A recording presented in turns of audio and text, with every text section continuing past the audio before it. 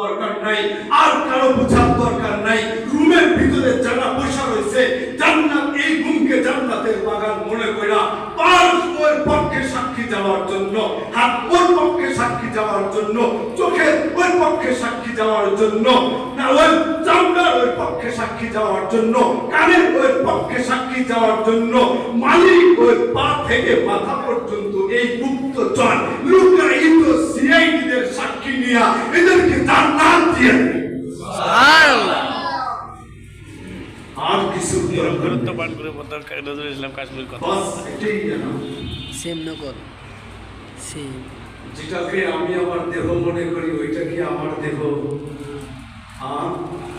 হায় হায় হায়, উম্মত ভাইবা দেখে না যে দেহটাকে কিভাবে সেট করছে আল্লাহ।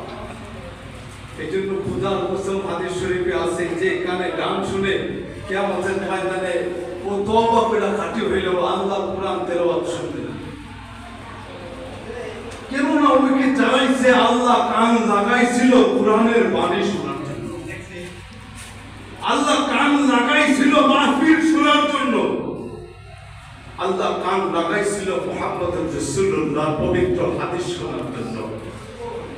কিন্তু ওই কান যেই জন্য সেট করছিল তার কিছুই না শোনা সারাটা জীবন হেডফোন লাগায়া ওর উপরে যে নির্যাতন করা হয়েছে, ওইকে যে নিষ্পেষণ করা হয়েছে, ওইকে জ্বালা দেওয়া হয়েছে, ওইকে যেভাবে পোড়ানো হয়েছে, ওর হককে যেভাবে নষ্ট করা হয়েছে, কিয়ামতের ময়দানে ও আল্লাহকে আগেই বলবে যে আরে আগে আমাকে ওর বিপক্ষে সাক্ষী দিতে দাও,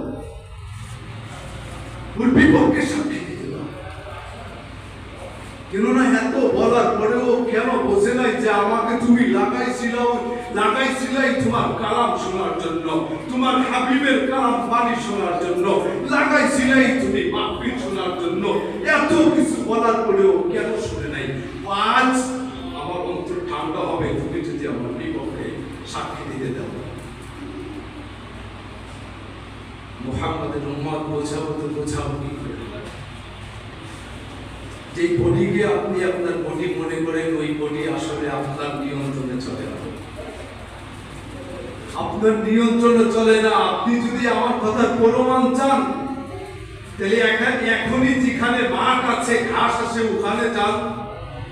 আপনি 5 মিনিট দাঁড়াতে পারবেন না, 5 মিনিট দাঁড়াতে আপনার দেহ ঘোর মশায় সিরিয়াল দিয়ে আপনার বডি খাইতে শুরু করবে। ঠিক আপনি 5 মিনিট দাঁড়াতে পিপিলিকায় এসে আপনার